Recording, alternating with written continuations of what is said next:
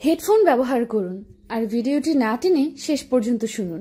কোন সাহসে আমার হবু বরের সাথে রুম ডেটে এসেছিস তুই? হ্যাঁ, তুই না আমার বেস্ট ফ্রেন্ড? লজ্জা করে না নিজের বোনের মতো ফ্রেন্ডের হবু বরের উপর নজর দিতে? কতটা নির্লজ্জ বেহায়া হলে মানুষ এমনটা করতে পারে ভেবে পাচ্ছি না আমি। এটা আমি কি করছি? এটা ঠিক না। সোভা নিজের হুঁশে নেই, কিন্তু আমি তো আছি। আমি কোনো ধরনের ভুল করতে পারবো না। হাতে ওয়াইনের বোতল নিয়ে ঢলতে ঢলতে হাঁটছে শোভা। দেখেই বোঝা যাচ্ছে যে ও পুরো ড্রাঙ্ক। আজকে নিজের সবচেয়ে কাছের মানুষের কাছ থেকে সবচেয়ে বড় ধোঁকা পেয়েছে ও, যাকে ও নিজের বোনের চেয়েও বেশি ভালোবাসে, আর একজন যাকে ও নিজের বোনের থেকেও বেশি ভাবে। দুজন মিলে শোভাকে এমন ধোঁকা দিয়েছে যা ও স্বপ্নেও কল্পনা করেনি। আফটার সাম টাইম অফিসে বসে কাজ করছে শোভা। এমন সময় আননোন নাম্বার থেকে কল আসলো।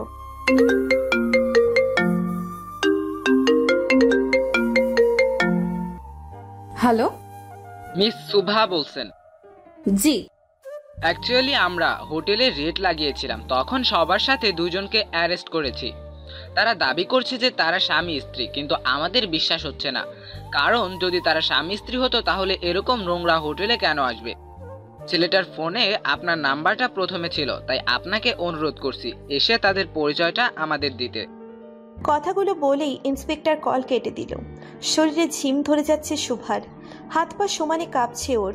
কি শুনলো এইমাত্র ও? আভি সত্যিই কোনো মেয়ের সাথে? আর ভাবতে পারছে না শোভা। দ্রুত বেরিয়ে গেল ও পুলিশ স্টেশনের উদ্দেশ্যে। What the hell? আমাদের এভাবে বসিয়ে রাখার মানে কি? আমরা স্বামী স্ত্রী কতবার বলবো আপনাদের? একটু ধৈর্য ধারণ করেন মিস্টার আফি। আমরা প্রমাণের জন্য একজনকে আসতে বলছি, সে এসেই আপনাদের বেল করিয়ে দিলেই আপনাদের যেতে দেওয়া হবে। আভি কিছুটা ঘাবড়ে যায় ইন্সপেক্টরের কথায়। তারপর কাপা কাপা কণ্ঠে বলে ওঠে ও, কাকে ফোন করছেন? আমাকে? শোভার কণ্ঠে আভি চমকে পিছনে তাকালো। শোভাকে পুলিশ স্টেশনে দেখে ভয়ে গলা শুকিয়ে আসছে ওর। শোভা ছলছল চোখে তাকিয়ে আছে আভির দিকে। আভির পাশেই রিশা মাথা নিচু করে বসে আছে। মিস শোভা। শোভা নিজেকে সামনে ইন্সপেক্টরের সামনে গিয়ে বলল, হ্যাঁ, আমি শোভা। তা ওনারা কি সত্যি স্বামী স্ত্রী নাকি হোটেলের অন্য কোনো মতলবে উঠেছিল? শোভা চোখ ভরা ঘৃণা নিয়ে আভি আর রিশার দিকে তাকালো। ওর মাথা নিচু করে আছে। ওরা সত্যি কথা বলছে। দে আর হাজব্যান্ড অ্যান্ড ওয়াইফ। কোনো খারাপ মতলবে ওরা হোটেলে ওঠেনি। আসলে রিশা রেগে বাড়ি থেকে বের হয়ে গিয়েছিল। ফ্যামিলির কাউকে জানাতে চায়নি বলে ও হোটেলে গিয়েছে। ও হয়তো বুঝতে পারেনি যে ওই হোটেলটা সুবিধার না। আভি ওকে মানানোর জন্য গিয়েছিল, এর বেশি কিছু না। সোফার কথায় আভি আর রিশা দুজনেই হতভাগ। কোথায় সোফা ওদের শাস্তি দেবে তা না ওদের বাঁচিয়ে দিচ্ছে মিথ্যে বলে। আপনি কি হন ওনাদের? সোফা ছলো ছলো চোখে আভির দিকে তাকিয়ে বলল, আমি ওদের ফ্রেন্ড, শুধু বন্ধু। আপনাকে এখানে সাইন করতে হবে। সোফা ইন্সপেক্টরের দেখানো কাগজে সাইন করে দিল। সব ফর্মালিটি শেষ করে ওরা বেরিয়ে আসলো পুলিশ স্টেশন থেকে। সোফা আগে আগে হাঁটছে আর আভি ওর পিছনে ছুটে আসছে। শোভা, আমার কথা শোনো শোভা, দেখো আমাকে এক্সপ্লেন করার একটা সুযোগ দাও প্লিজ। সোফা আভির কোনো কথায় কান না দিয়ে সোজা হাঁটছে আর ওর চোখ মুছছে। আভি দৌড়ে এসে সোফার হাত ধরে ওকে আটকালো। সাথে সাথে সোফা আভির গালে থাপ্পড় বসিয়ে দেয়। থাপ্পড় খেয়ে আভি যেন স্তব্ধ হয়ে গেছে। ও বিশ্বাস করতে পারছে না যে সোফা ওর গায়ে হাত তুলেছে। Don't you dare to touch me. তোমার এই নোংরা স্পর্শে আমাকে অপবিত্র করার চেষ্টা করবে না। আভিকে থাপ্পড় মারায় রিশা আভির কাছে এগিয়ে আসে। তারপর ন্যাকামো করে ওর গালে হাত বুলিয়ে দিতে দিতে বলে, এটা কি করলে Shubha?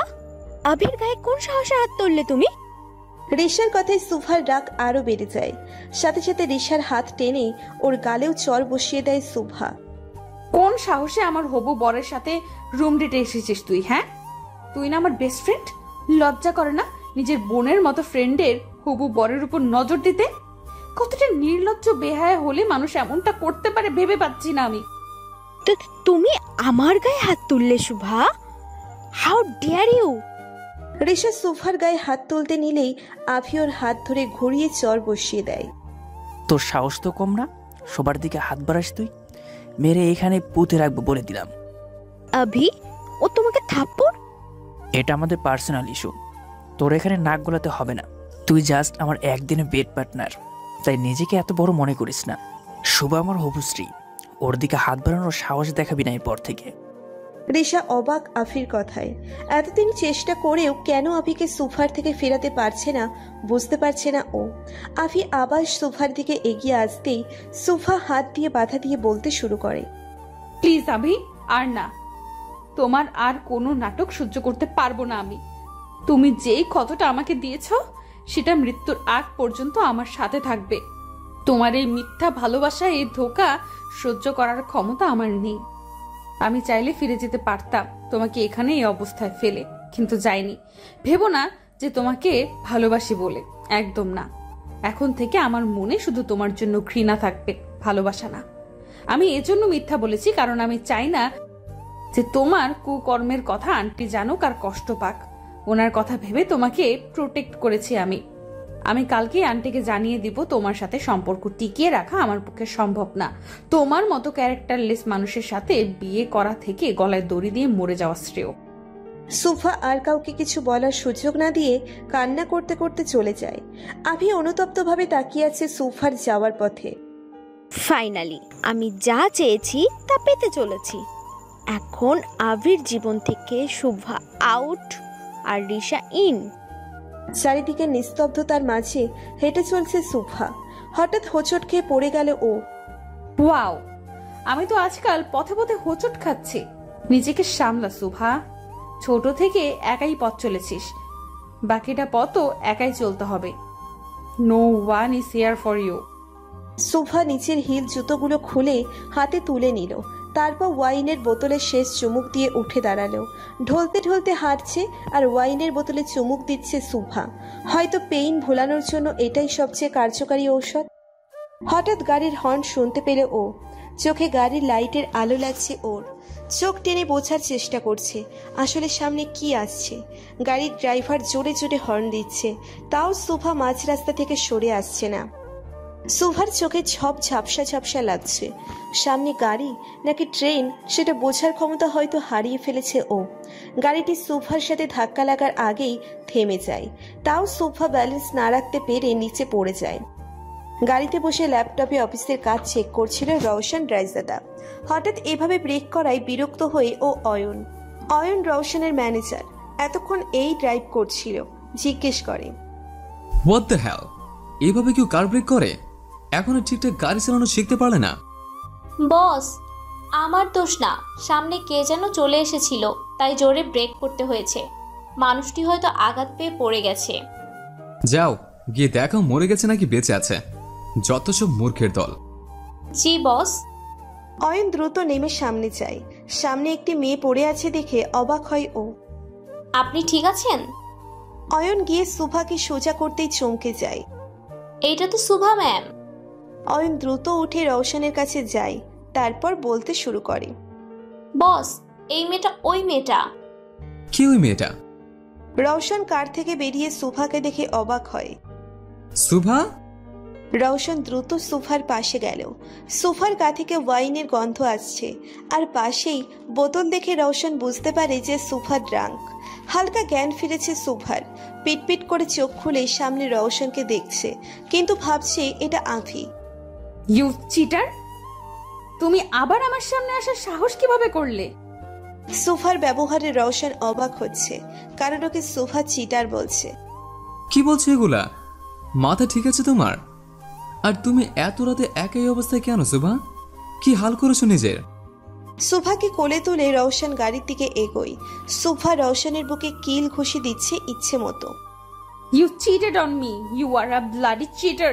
I hate you. Just hate you. Rowshan সোফাকে ওর পাশের সিটে বসালো, তারপর অয়নকে বলল গাড়ি আফিদের বাড়ির দিকে ঘোরাতে। হঠাৎ সোফার খেয়াল থেকে আফি সরে গেল। এখন ও ভাবছে ওর পাশে অচেনা কেউ বসে আছে।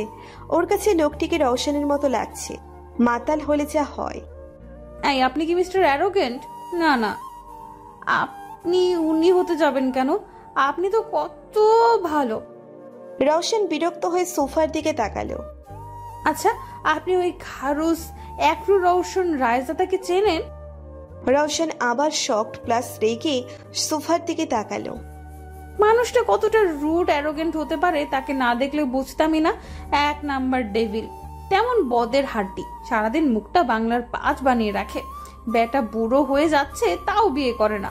ও নো, এমন খারুস একরু অ্যারোগেন্ট ছেলেকে কে বিয়ে করবে? হ্যাঁ, একটুও হাসে না। জন্মের সময় হয়তো কেউ মুখে মধু দেয়নি।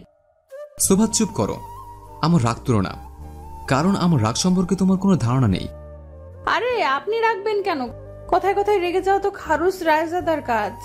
আমি আদৌ এটা বুঝি না যে উনি মানুষ নাকি এলিয়েন। রওশন নিজের রাগ কন্ট্রোল করার চেষ্টা করছে, আর এইদিকে সুফা রওশনের সার্টিফিকেট তৈরি করছে বকে। অয়ন ভয়ে ভয়ে গাড়ি চালাচ্ছে।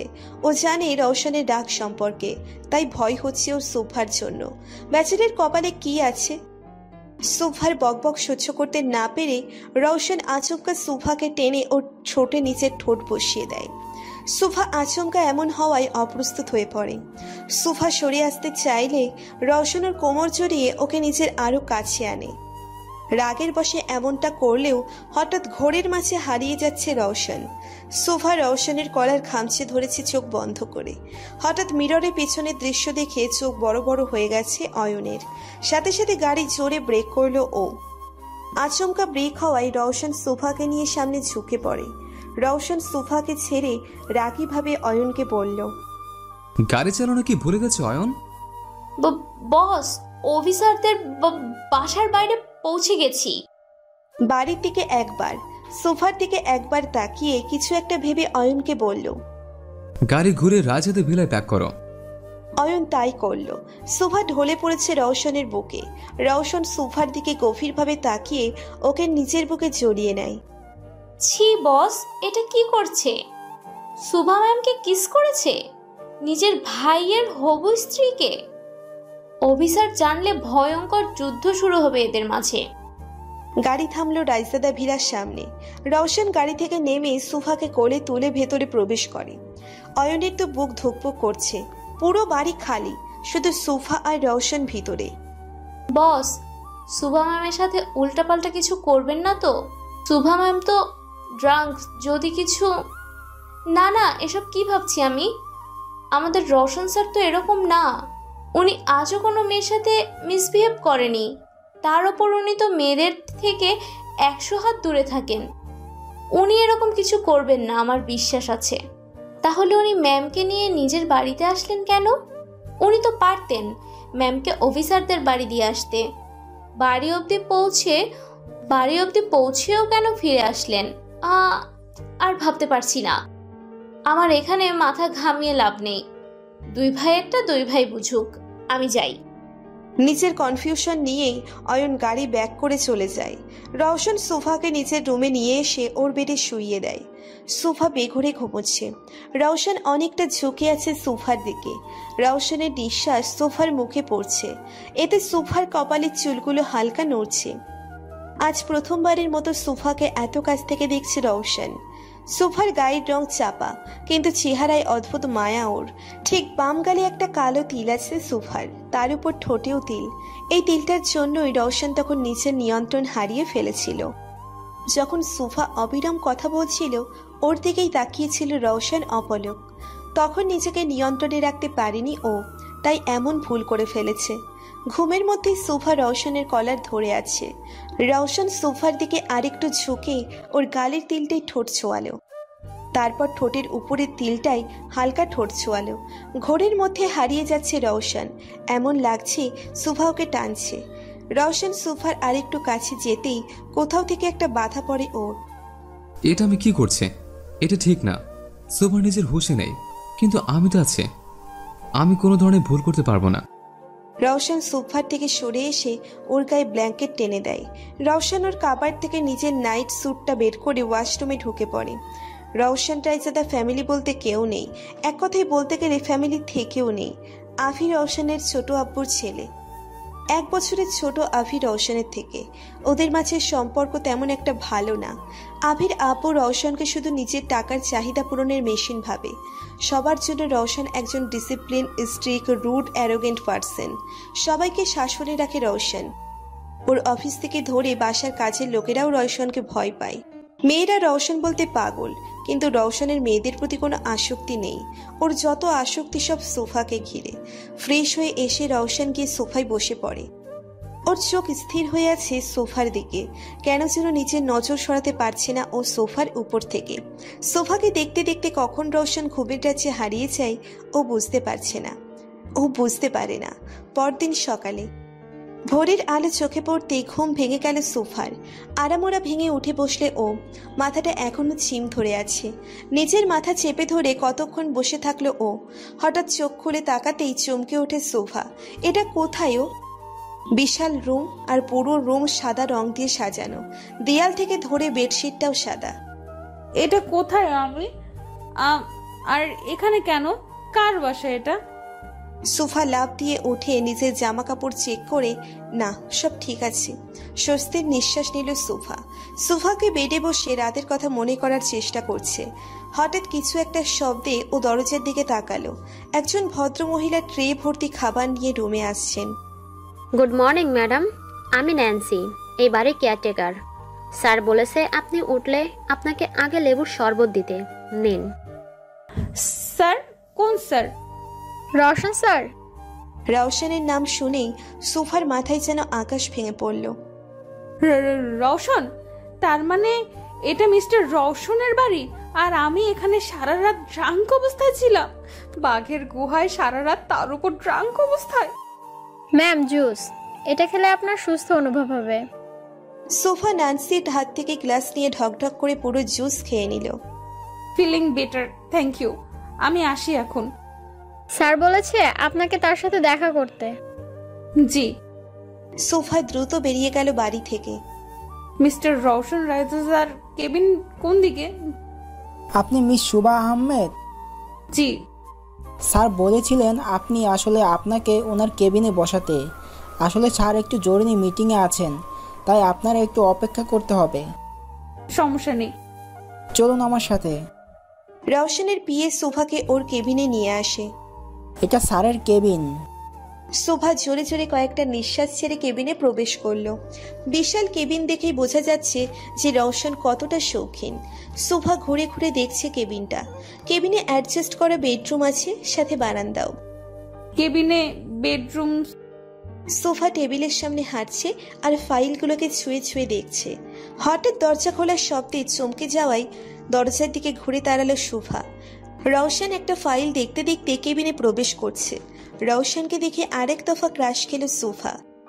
প্রথম যখন আভি ওকে রওশনের সাথে পরিচয় করিয়ে দিয়েছিল, তখন প্রথম সোফা কারো উপর ক্রাশ খায়। রওশনের ড্রেস আপ, ওর কথা বলার স্টাইল, ওর অ্যাটিটিউড, সব কিছু যেন যে কোনো মেয়েকে ঘায়েল করতে সক্ষম। কিন্তু যখন রওশনের ডাক দেখেছে ও, তখন ক্রাশ শব্দটা উল্টে মিস্টার অ্যারোগেন্ট হয়ে গেছে।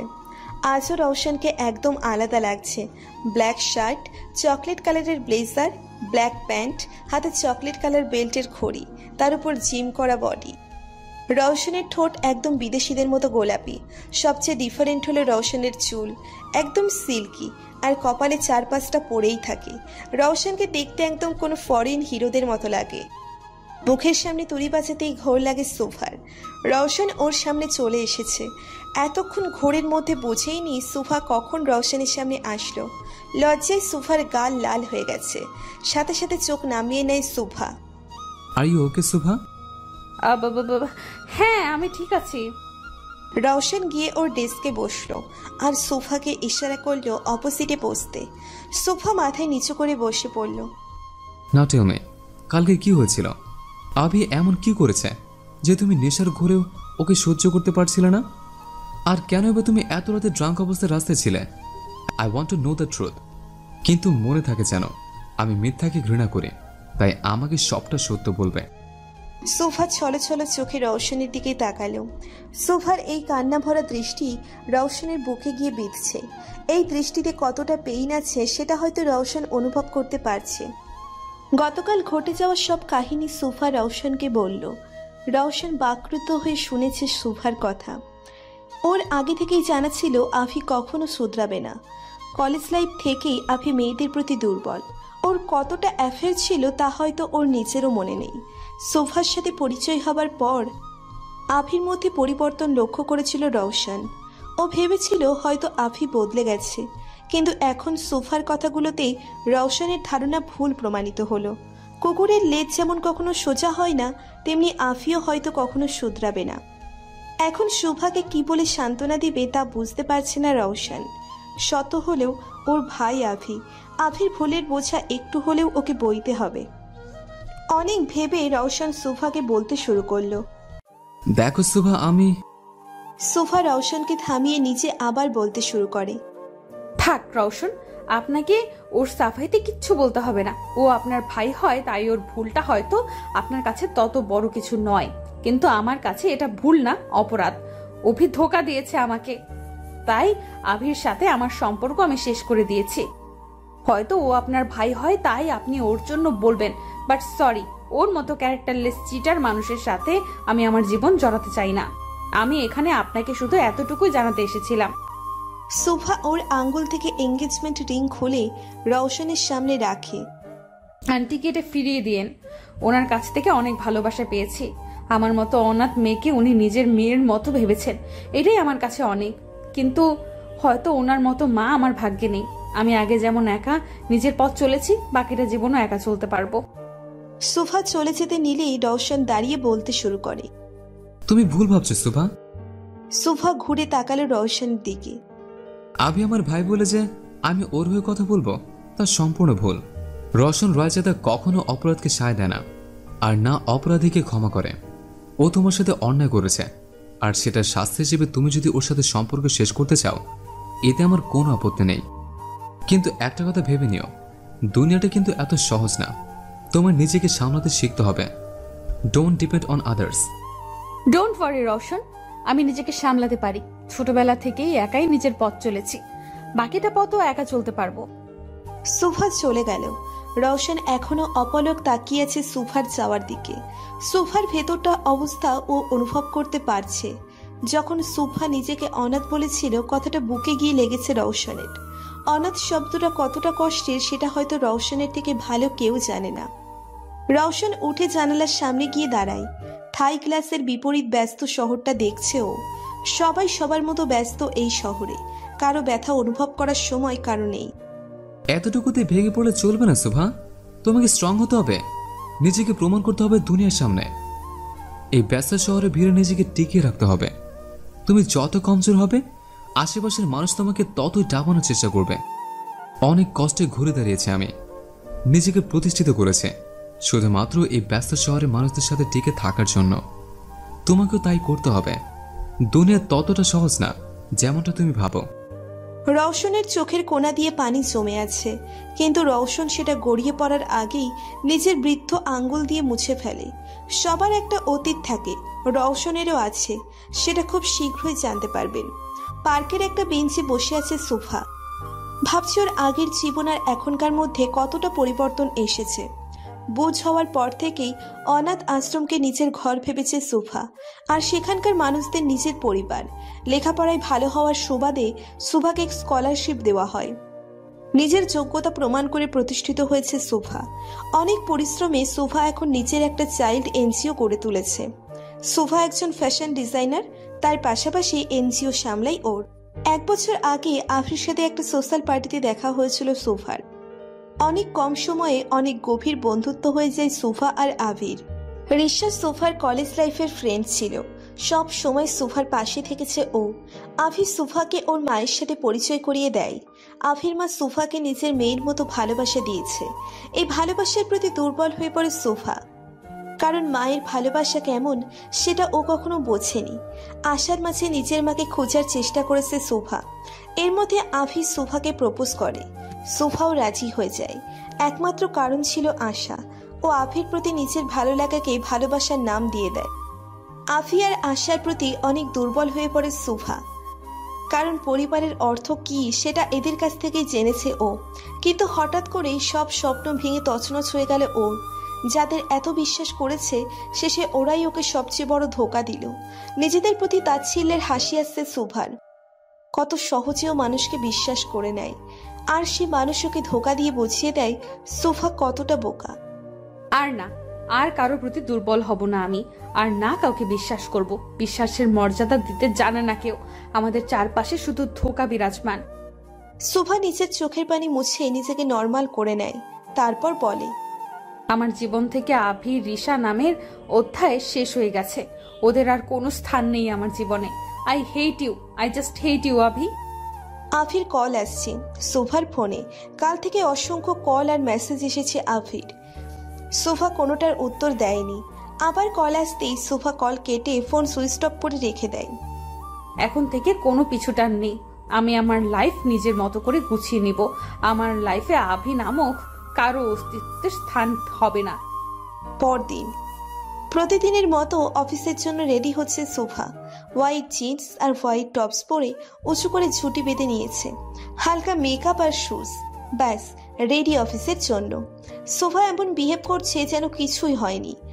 ব্যাগ নিয়ে বেরিয়ে পড়ল শুভা।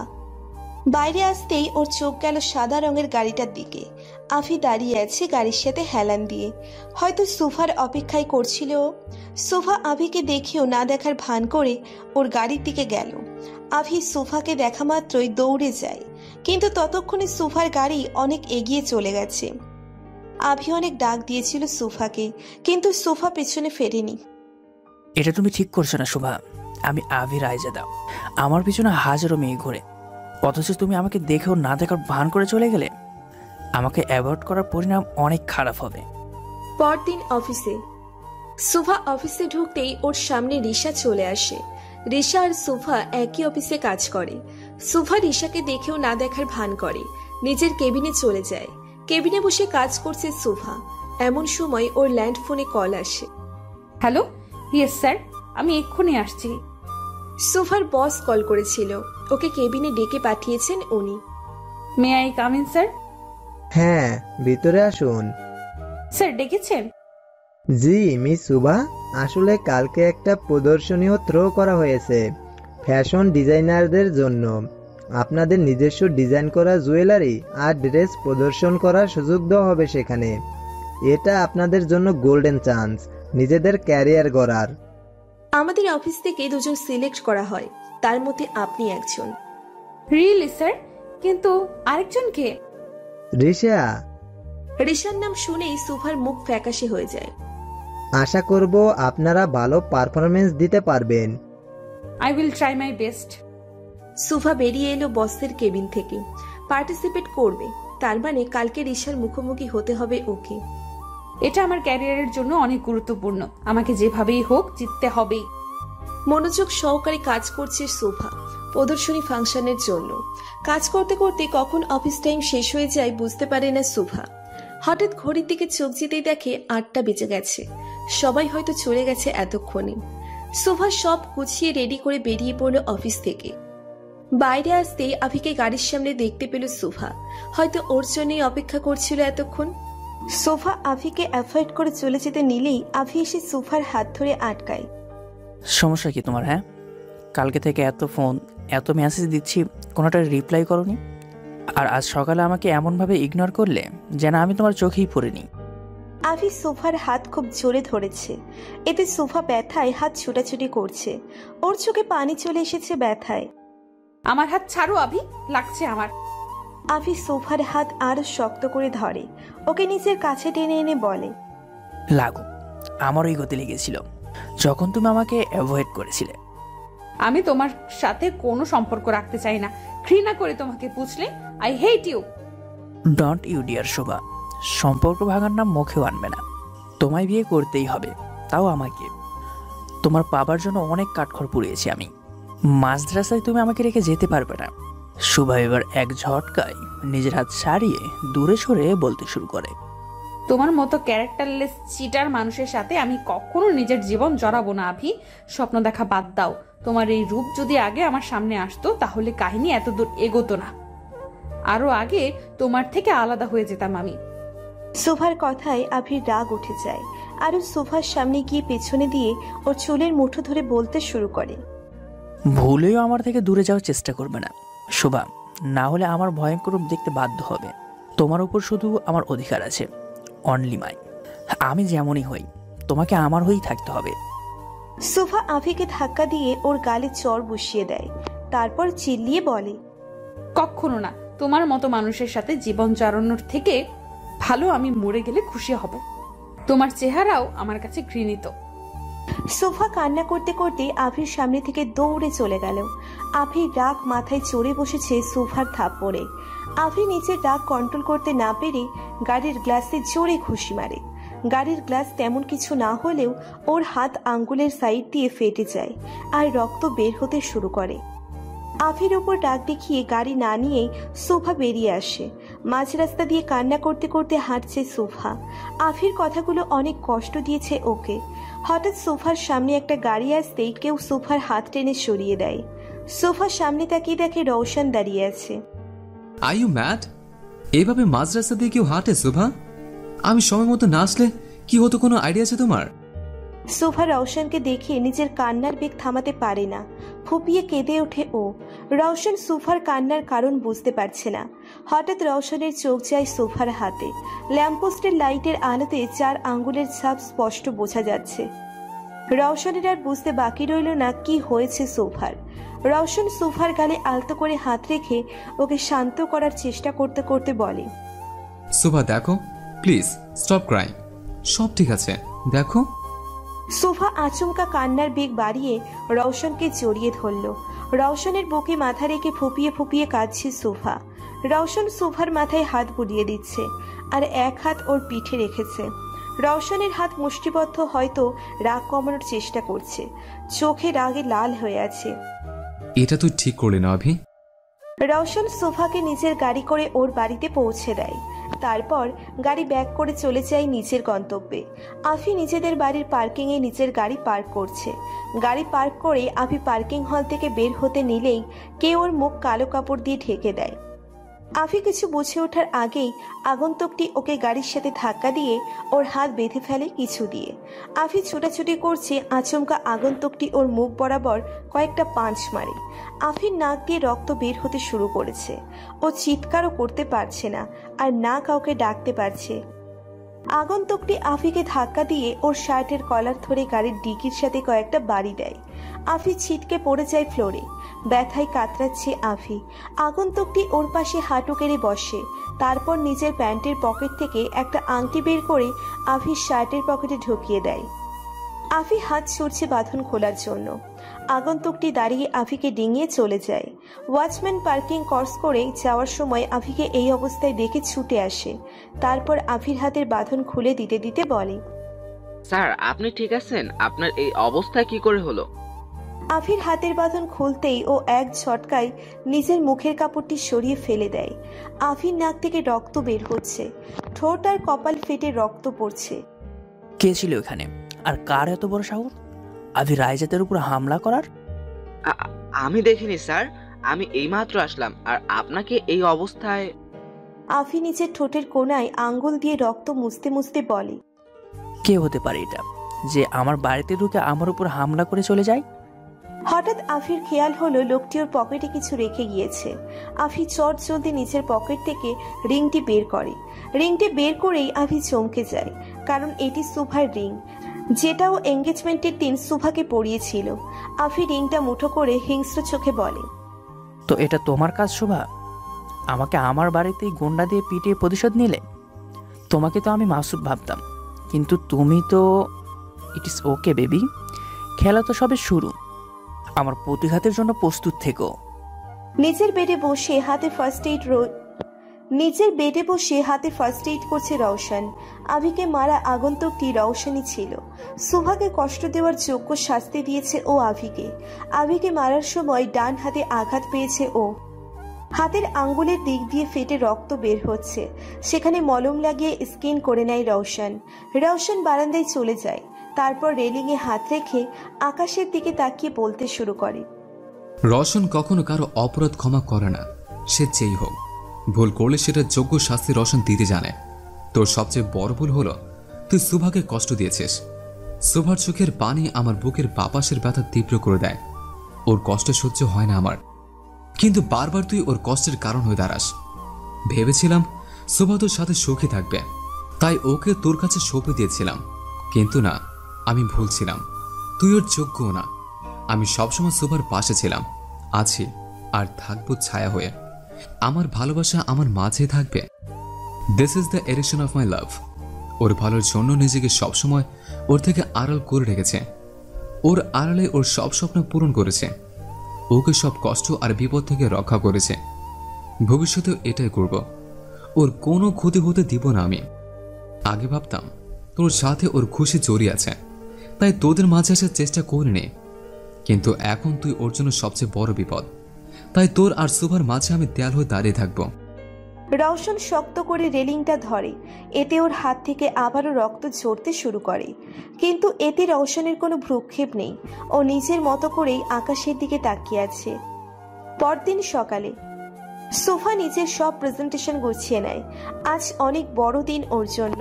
এত বড় কম্পিটিশনে পার্টিসিপেট করছে ও। রেডি হয়ে বেরিয়ে পড়ে সোফা। শহরের সবচেয়ে বড় প্রদর্শনী হল বুক করা হয়েছে কম্পিটিশনের জন্য। 2 রাউন্ডের প্রতিযোগিতা হবে 2 দিনে। সেখানে থাকা এবং কাজের সব ব্যবস্থা করা হয়েছে। সোফা অফিসে পৌঁছেই ওর বসের কাছে গিয়ে সব ফাইল জমা দেয়। ওয়েল ডান সুভা, তোমার সবগুলো ডিজাইন মাইন্ড ব্লোয়িং হয়েছে। Thank you sir. দীপ্ত সোফাকে সব রুলস বুঝিয়ে ওকে নিয়ে স্টুডিওতে চলে আসে, যেখানে কম্পিটিশন থ্রো করা হবে। স্টুডিওর পাশেই হোটেল বুক করা, যেখানে সবার থাকার ব্যবস্থা করা হয়েছে। প্রায় দেশের নামকরা অনেক ফ্যাশন ডিজাইনাররা এখানে পার্টিসিপেট করতে এসেছে। তাদেরকে দেখে সোফার চেহারার রং পাল্টে যায়, কারণ সবাই অনেক বড় মাপের কম্পিটিটর ওর জন্য। এদেরকে বিট করা হয়তো অনেক কষ্টসাধ্য হবে সোফার জন্য। আর সবচেয়ে বড় কথা হলো রিশাও এখানে আছে। যতটুকু সোফা রিশাকে চেনে, ও জেতার জন্য যে কোনো সীমানা অতিক্রম করতে পারে। আর এখন তো সোফা ওর সবচেয়ে বড় শত্রু। সোফাকে হারানোর জন্য নিশ্চয়ই ওর মাথায় কোনো না কোনো কুবুদ্ধি ঘুরপাক খাচ্ছে। কিছুক্ষণের মধ্যেই কম্পিটিশনের চিফ গেস্টরা চলে আসবেন। তারপর তারা তোমাদের ফাইল জমা নিয়ে রাতে কম্পিটিশন শুরু করবে। বাট স্যার, চিফ গেস্ট কারা? আসলেই দেখতে পারবে। বাইরে সবাই শোরগোল করছে যে চিফ গেস্ট চলে এসেছে। সব রিপোর্টাররা গেটের সামনে প্রস্তুতি নিচ্ছে তাদের ইন্টারভিউ নেওয়ার জন্য। চলো। দীপ্ত সোফাকে নিয়ে হলের বাইরে চলে আসে। প্রথমে গাড়ি থেকে একজন মহিলা নেমে আসেন। সব রিপোর্টাররা তার কাছে গিয়ে প্রদর্শনী সম্পর্কে প্রশ্ন করতে শুরু করে। ইনি হচ্ছেন আনিকা বোস, আমাদের শহরের সবচেয়ে নামি দামি ফ্যাশন ডিজাইনার। পরে আর একটা কালো গাড়ি এসে থামে। সবার নজর সেখানে শিফট হয়ে যায়। রিপোর্টাররা দৌড়ে সেই গাড়ির সামনে যায়, আর কিছু গার্ডস এসে তাদের গাড়ি থেকে একটু দূরে সরিয়ে দেয়। একজন গার্ড দরজা খুলে দিতেই বেরিয়ে আসেন চিফ গেস্ট। তাকে দেখে সোফা যেন 440 ভোল্টের ঝটকা খেল। মুখ থেকে অটোমেটিক্যালি একটা শব্দ বেরিয়ে আসলো, মিস্টার অ্যারোগ্যান্ট। রওশন গাড়ি থেকে নেমেই নিজের প্যান্টের দুপকেটে হাত গুজে স্ট্রেট হয়ে দাঁড়ায়। রওশনের ডান হাতে এখনো সাদা ব্যান্ডেজ করা, ধূসর রঙের শার্ট আর সাদা কোট ও প্যান্ট, হাতে ধূসর রঙের বেল্টের ঘড়ি, কালো শুজ। রাতের বেলাতেও চোখে সানগ্লাস লাগানো রওশনের। সোফা রওশনের ব্যাপারে সবকিছু নিয়েই কনফিউজড থাকে। তার মধ্যে একটা হচ্ছে যে রওশন রাতের বেলাতেও অধিকাংশ সময় সানগ্লাস পরে থাকে। এটার কারণ সোফা জিজ্ঞেস করতে গিয়েও ভয়ে জিজ্ঞেস করতে পারে না। রাতেও সানগ্লাস পরা, এটা আবার কেমন স্টাইল বুঝতে পারে না সোফা। রওশনের গার্ডসরা দুদিক দিয়ে সবাইকে আটকে রেখেছে, যেন কেউ রওশনের কাছে যেতে না পারে। দূর থেকে রিপোর্টাররা প্রশ্ন ছুড়ে মারছে ওর উপর। রওশন কারো কোনো প্রশ্নের উত্তর না দিয়ে সোজা হলের দিকে হাঁটা ধরে। ওর পেছনে ওর কিছু গার্ডসরা আসছে। রওশন সোফাকে ক্রস করে ভেতরে চলে গেল। দেখেও না দেখার ভান করলো ও সোফার সাথে। রওশন রায়জাদা এই কোম্পানির চিফ গেস্ট। নো, তাহলে আর আমার যেতে লাগবে না, কারণ এনার সামনে গেলেই তো আমার হাত পা কাঁপে। কিন্তু কেন সেটাই জানি না। তার সামনে কথা বলতে গেলেও চোখে চোখ পড়লে আমার দম বন্ধ হয়ে আসে। আমি কিভাবে পার্টিসিপেট করব? রওশন চলে যেতেই সবাই এক এক করে ভেতরে চলে যায়। কাম সুবা, গেট প্রিপারেট ইয়োরসেলফ। জি। আনিকার অ্যাসিস্ট্যান্ট এসে সবার ফাইল নিয়ে যায়। সবাই তাদের ফাইল জমা দিয়ে দেয় তার কাছে। আপনাদের এক এক করে ডাকা হবে ক্যাবিনে। ফাইল নিয়ে যাওয়ার পর সবাইকে এক এক করে ডাক পাঠানো হয় প্রশ্ন করার জন্য। সোফার ডাক আসতেই ভয়ে ওর হাত পা কাঁপতে শুরু করে, আর নিজেকে বুঝিয়ে বলছে, বি স্ট্রং সুভা, তুই পারবি। সোফা বুকে ফু দিয়ে কেবিনে প্রবেশ করলো। রওশন নেই কেবিনে। এটা দেখে স্বস্তির নিঃশ্বাস নিল সোফা। কাম শুভা, বসো। জি। তোর প্রত্যেকটা ডিজাইন আউটস্ট্যান্ডিং হয়েছে। Thank you ma'am. আমি তোমাকে কম্পিটিশনের জন্য সিলেক্ট করছি। আজকে রাতে প্রথম রাউন্ড এবং কালকে last, so all the best. Sofa যেন আকাশের চাঁদ হাতে পেয়েছে। আনিকার সাথে হাত মিলিয়ে সোফা খুশি খুশি বেরিয়ে আসে কেবিন থেকে। বের হওয়ার সাথে সাথেই কারোর সাথে ধাক্কা লেগে পড়ে যেতে নাই সোফা, কিন্তু পড়ে যাওয়ার আগেই সামনের মানুষটিওকে ধরে ফেলে আর টান দিয়ে নিচের বুকে এনে ফেলায়। সোফা আচমকা পড়ে যাওয়ায় ভয় পেয়ে যায় আর ব্যালেন্স রাখতে না পারায় সামনের মানুষটিকে জড়িয়ে ধরে। মানুষটির হার্টবিট গুনতে পারছে সোফা। মনে হচ্ছে এই হার্ট ওরই নাম নিচ্ছে। চেনা একটা পারফিউমের সুবাস নাকে আসছে সোফার। মানুষটি কে তা বুঝে ওঠার সাথে সাথেই সোফা ধরপড়িয়ে সরে যায়। ওর সামনে ওর যমরাজ অর্থাৎ রওশন দাঁড়িয়ে আছে। সোফাকে এভাবে সরে যেতে দেখে রওশন চোখ পাকিয়ে বলে, তুমি সারাক্ষণ এমন ধরফর অবস্থায় থাকো কেন বুঝি না। যেখানে সেখানে পড়ে যাওয়া এটা কি তোমার হবির আওতায় পড়ে? এমন জিরাফের সাথে ধাক্কা লাগলে তো পড়বই। কিছু বললে? কই না তো, বলছিলাম আমার দেরি হয়ে যাচ্ছে, আমি আসি। সোফা রওশনকে সাইড কাটিয়ে চলে যেতে নিলেই রওশনের কথাই থমকে যায়। Shubha, all the best. Sofa অবাক চোখে তাকালো রওশনের দিকে। এই খারুশ রাইজাতা ওকে অল দ্য বেস্ট বলছে, ভাবা যায় এগুলা? রওশন সোফার দৃষ্টি উপেক্ষা করে বলতে শুরু করে, একটা কথা সবসময় মনে রাখবে, এটা প্রতিযোগিতা, আর প্রতিযোগিতায় কেউ কারো আপন হয় না। তোমার আশেপাশে যারা আছে সবাই জেতার জন্য এখানে এসেছে, তাই কারো উপর বিশ্বাস করে নিজের বিপদ টেনে এনো না। সবসময় কিন্তু তোমার সুরক্ষার জন্য আমি পাশে থাকবো না। তোমার নিজের সুরক্ষা তোমার নিজে করা শিখতে হবে। পরামর্শ তো ভালোই দিল এই খারুস রায়জাদা, কিন্তু শেষের কথাটা কি বলে গেল? ইনি নাকি সব সময় আমার রক্ষা করার জন্য আমার পাশে থাকে। কি মিথ্যুক লোক! একদিন শুধু এনার গাড়ির সামনে পড়েছি আর ইনি আমার হেল্প করেছেন নিজের বাড়িতে নিয়ে গিয়ে, কিন্তু যেভাবে ভাব দেখিয়ে বলে গেলেন কত বছর ধরে আমার পাশে থেকে আমাকে প্রোটেক্ট করেছে। সোফা রওশনের কথায় প্রতিবারই কনফিউজড হয়ে পড়ে। মাঝে মধ্যে রওশনকে একটা মিস্ট্রিয়াস ধাঁধার মতো লাগে সোফার কাছে। কম্পিটিশনের সময় হয়ে যাচ্ছে, তাই সোফা আর না ভেবে চলে আসে ওখান থেকে। সোফা স্টাফ রুমে এসে আফিকে দেখতে পায়। আফিকে দেখে সোফা কিছুটা ঘাবড়ে যায়, কারণ আফির মাথায় ব্যান্ডেজ করা, নাকে ছোট ব্যান্ডেজ, আরো কিছুটা ফুলে আছে। আফির এই অবস্থা কিভাবে হলো? আফি সোফাকে দেখে ওর দিকে এগিয়ে আসে। আফির চোখ লাল হয়ে আছে, এমন লাগছে সারা রাত ঘুমায়নি ও। আফি সোফার কাছে আসতেই সোফা পিছিয়ে যেতে নেয়। তখনই আফি সোফার হাত ধরে টান দিয়ে নিজের কাছে আনে। কি হয়েছে শোভা, এখন আমি কাছে আসলেই পিছিয়ে পড়ে কেন? নতুন কাউকে পেয়ে গিয়েছো নাকি? আমি তোমার মতো না আভি, যদি হতাম তাহলে অবশ্যই নতুন কাউকে নিজের জীবনের সাথে জড়াতাম, কিন্তু তোমার কাছ থেকে যে ধোঁকা পেয়েছি তারপর থেকে পুরুষ নামক জাতিকে ঘৃণা করতে ইচ্ছে করে। এত মাসুম সেজো না শোভা, দেখে তো মনে হয় ভাজা মাছটা উল্টে খেতে জানো না, কিন্তু আমার পিঠ পিছনে কত কি করছো তার আন্দাজ আমার আছে। আভি লাগছে আমার, ছাড়ো। তা তোমার নতুন আশিকের নাম কি জানতে পারি? আফির কথায় সুভা অবাক চোখে ওর দিকে তাকালো। মানেটা খুব সোজা, তোমার নতুন আশিকটা কে, যাকে দিয়ে তুমি আমার এই অবস্থা করিয়েছো? একবার শুধু নামটা বলো শোভা, তারপর দেখো তোমার আশিকের আশিকি আমি কিভাবে শেষ করি। সুভা এক ঝটকায় নিজের হাত ছাড়িয়ে নিল আফির থেকে। পাগল হয়ে গিয়েছো তুমি আভি, আমি এরকম কিছুই করাইনি তোমার সাথে। রিয়েলি? তাহলে এটা ওই লোক পেলো কি করে? আমার বাড়িতে ঢুকিয়ে আমাকেই মেরে আমার পকেটে রিংটা পুরে দিয়ে গেছে। রিংটা কি হাঁটতে হাঁটতে তার কাছে চলে গিয়েছিল?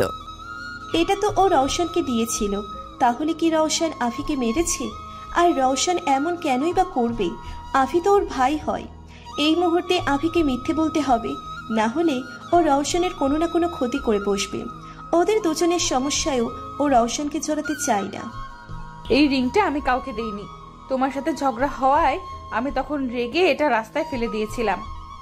সোফার কথায় আফি টাস্কি খায়, কারণ ও জানে সোফা কখনো মিথ্যে বলে না। তাহলে ওর নতুন শত্রু উদয় হলো কোত্থেকে? তুমি সত্যি বলছো শোভা? সত্যিই কি তুমি তাকে চেনো না? আমি মিথ্যা কথা বলি না, এতদিনেও আমাকে চিনতে পারলে না? আই এম সরি শুভ। শুভাকে জড়িয়ে ধরতে আসলেই শুভা পিছিয়ে যায়। I don't need your sorry. তুমি এখান থেকে চলে গেলে আমি খুশি হব। ঠিক আছে, চলে যাচ্ছি, কিন্তু আমি তোমার আশেপাশেই আছি। All the best baby. Avi চলে যেতেই শুভা চিন্তায় পড়ে যায়। রওশন এমনটা কেন করবে ভেবে পাচ্ছে না ও।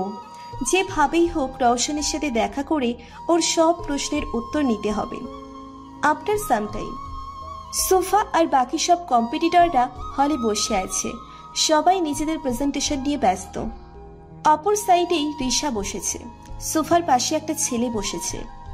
High miss Shubha. হাই, আমি Zahid, nice to meet you. Sofa জাহিদের সাথে কথা বলতে আনকমফোর্টেবল ফিল করছে।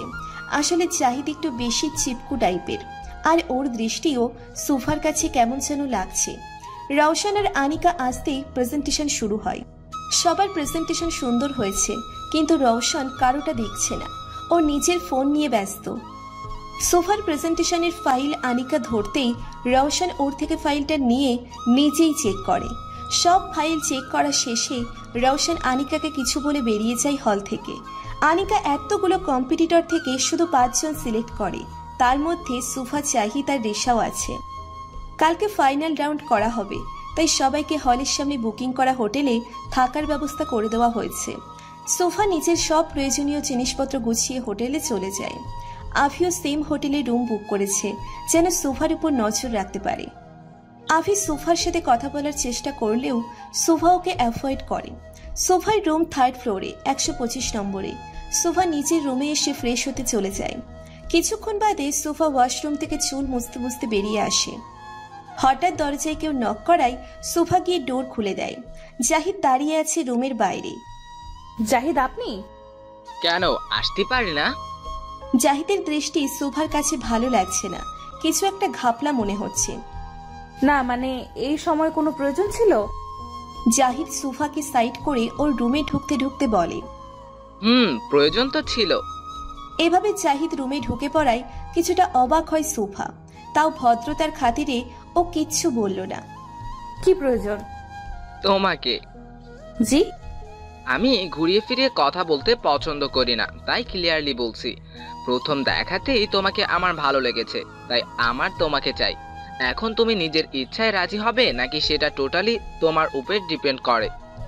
সোফা শকড প্লাস রেগে যায় জাহিদের কথায়। ওর রুমে এসে ওকেই বাজে প্রস্তাব দিচ্ছে, কি সাহস! জাহিদ সোফার কাছে এসে ওর গালে হাত রাখতে নিলে সোফা সরে যায়। বের হন আমার রুম থেকে এক্ষুনি, না হলে আমি গার্ডসদের ডেকে আপনাকে বের করব।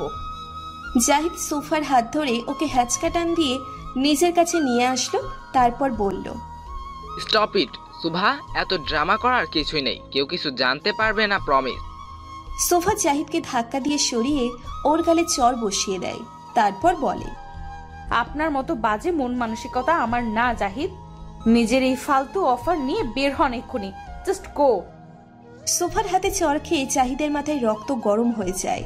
ওর রেগে সোফার হাত ধরে ওকে ধাক্কা দিয়ে বেডে ফেলে দিয়ে বলে, ভালোই ভালো বলছিলাম, বাট আফসোস তোমার মতো মেয়েরা ভালো কথার দাম দিতে জানে না, তোমাদের সাথে জোর জবরদস্তি করতে হয়। সোফা উঠে যেতে নিলে জাহিদ সোফার হাত চেপে ধরে বেডে। দেখেন, ভালো হবে না বলে দিলাম।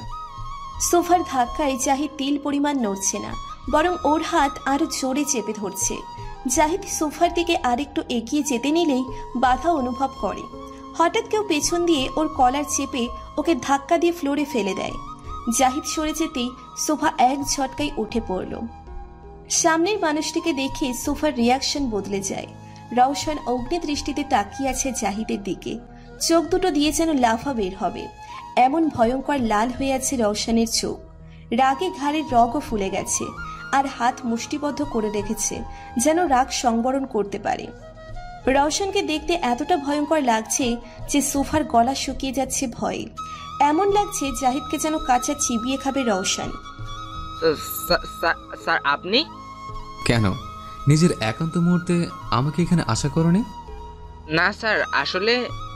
জাহিদ কথাগুলো বলতে বলতে উঠতে নিলেই রওশনের বুকে লাথি দিয়ে ওকে দূরে ছিটকে ফেলায়।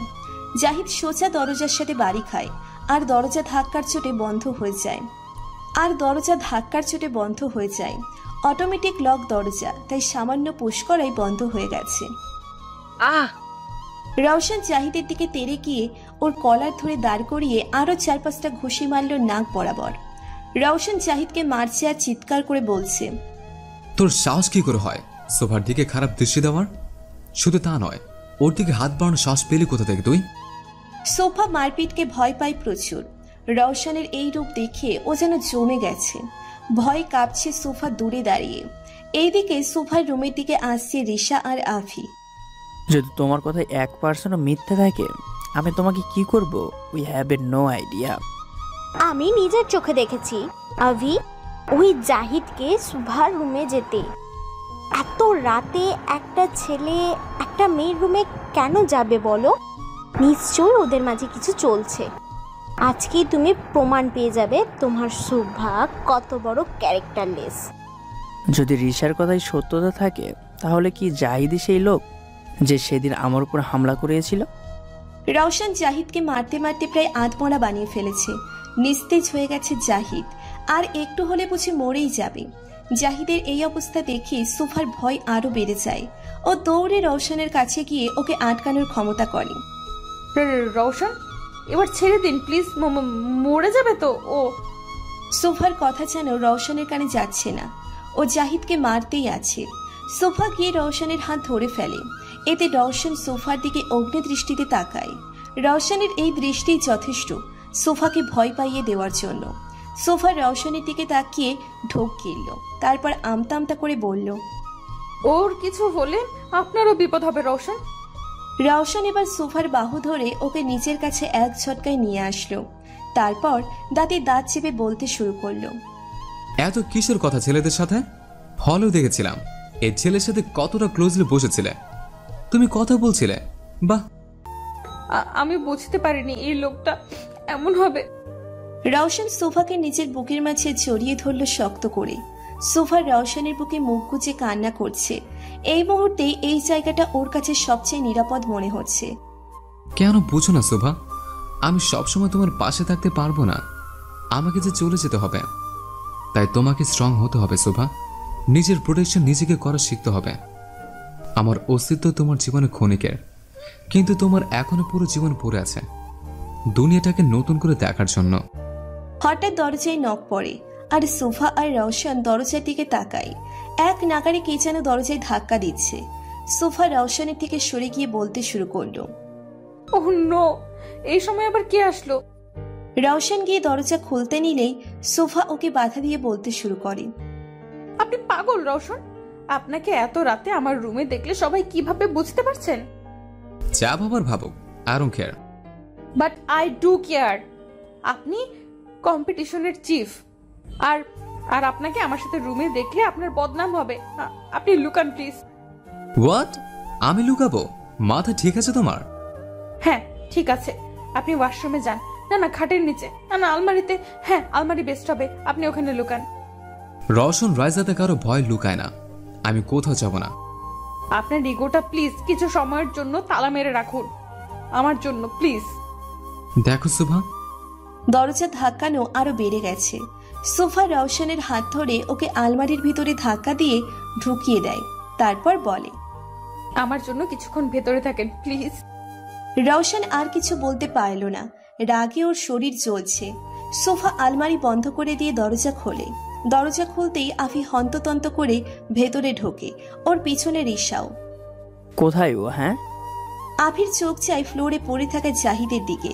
বেচারা মার খেয়ে ফেইন্ট হয়ে পড়ে আছে। এরই অবস্থা কে করলো? আমি। সোফার কথা শুনে আফি আর রিশা দুজনেই হতভম্ব হয়ে গেল। তুমি ওকে এভাবে পিটিয়েছো? অবভিয়াসলি, এখানে কি আর কেউ আছে নাকি যে ওকে পিটাবে? আফি পুরো রুমে চোখ বুলিয়ে নিল, আসলে কেউ নেই।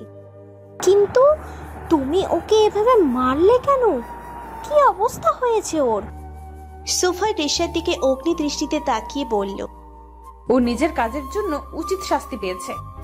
কি এমন করে ফেললো? একটা মেয়ের রুমে এসে তার সাথে মিসবিহেভ করা কি কোনো অপরাধের আওতায় পড়ে না? He is trying to molest me. বাজে ব্যবহার করেছে আমার সাথে। হাউ ডেয়ার হি, আজকে মেরে ফেলবা নাকি? আফি রেগে জাহিদের দিকে এগোতেই সোফা ওকে আটকায়। ওর ভুলের শাস্তি ও পেয়ে গেছে, তোমার কিছু করা লাগবে না। আফি কয়েকটা নিঃশ্বাস নিয়ে নিজেকে শান্ত করলো, তারপর কাউকে কল করে বলল, hello, Avi Raizada speaking. Room number 125-এ ময়লা পড়ে আছে, এসে এটাকে পরিষ্কার করে নিয়ে যান। আভি সোফার দিকে তাকাতেই দেখলো ওর কাঁধের উপরে খামচির দাগ আর রক্ত জমে আছে। সুভা, তোমার ঘাড় থেকে তো কেটে রক্ত বেরোচ্ছে।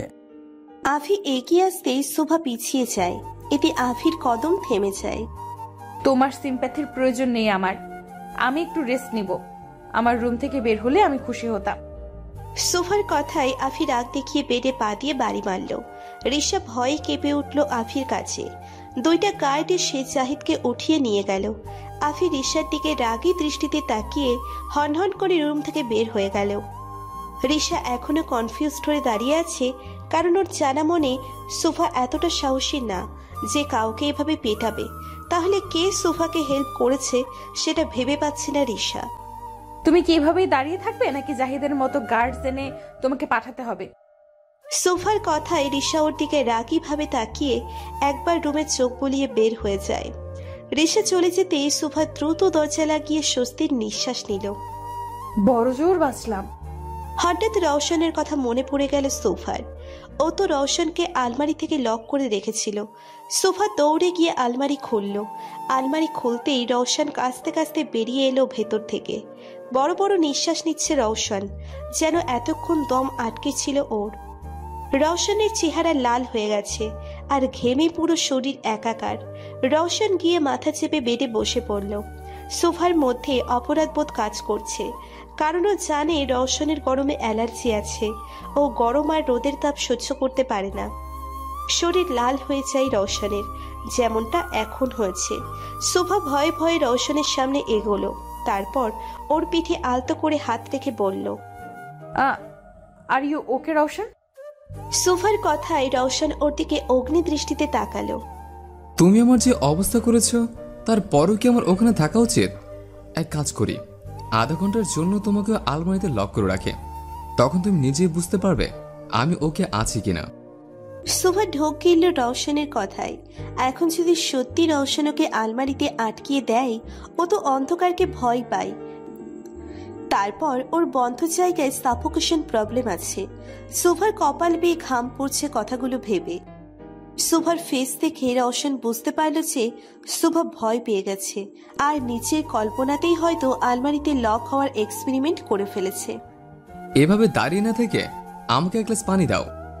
সোফা হন্ততন্ত করে গ্লাসে পানি ভরে এনে রওশনকে দিল। ওর হাত প্রচন্ডভাবে কাঁপছে। রওশন সোফার হাত থেকে গ্লাসটা নিয়ে ওটা সোফার দিকে এগিয়ে দিল। আমার থেকে বেশি তোমার পানির প্রয়োজন। সোফা একবার রওশনের দিকে তো একবার গ্লাসের দিকে তাকালো। সোফা আচমকা রওশনের হাত থেকে গ্লাসটা নিয়ে ঢকঢক করে সব পানি শেষ করে ফেলল। এখন হয়তো একটু ভালো লাগছে। রওশন সোফার ঘাড়ের ঘামাচির দাগটা লক্ষ্য করলো।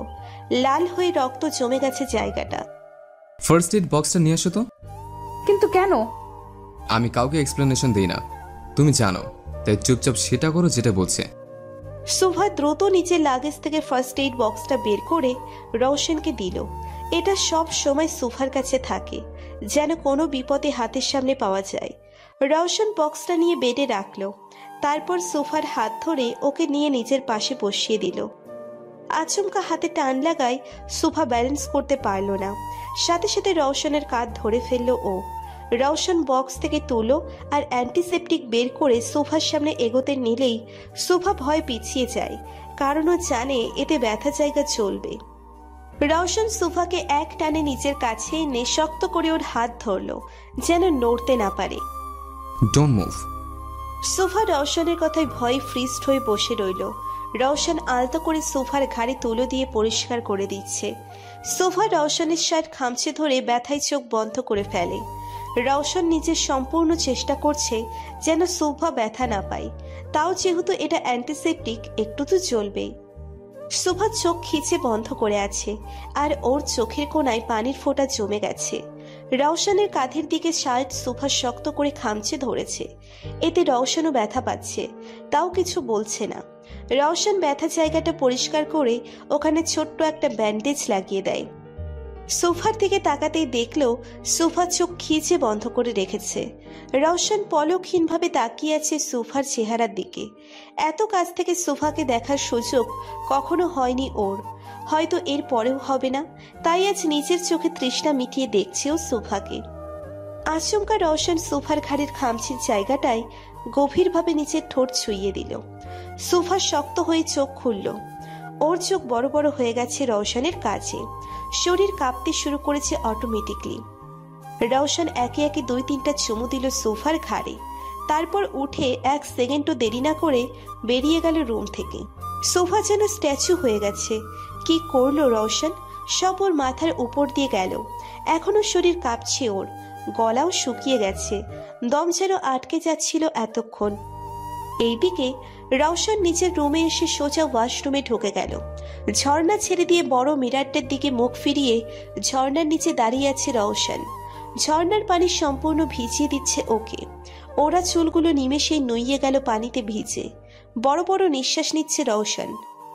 বারবার একই ভুল কেন করি আমি? ওর থেকে নিজেকে দূরে রাখতে চাই, অথচ নিজে ওর এত কাছে চলে যাই কেন? ওয়াই? কেন নিজের আবেগ নিয়ন্ত্রণ নেই আমার? আমি রওশন রায়জাদা, আমার কোনো দুর্বলতা নেই, তাও কেন ওকে নিজের দুর্বলতা বানিয়ে নিলাম? রওশন শাওয়ারের নিচে হাঁটু কেড়ে বসে পড়ল। আমি এমন একটা গোলক ধাঁধে আছে, না তোমাকে কাছে টানতে পারছে আর না দূর সরাতে পারছে। রওশন চোখ বন্ধ করে ফেলল। শোভার চেহারা ভেসে উঠছে ওর চোখে। রওশন চোখ খুলে নিজের শার্টের পকেটে হাত দিয়ে একটা ঝুমকা বের করলো। সিলভার কালারের মধ্যে বড় সাদা পাথরের ঝুমকো।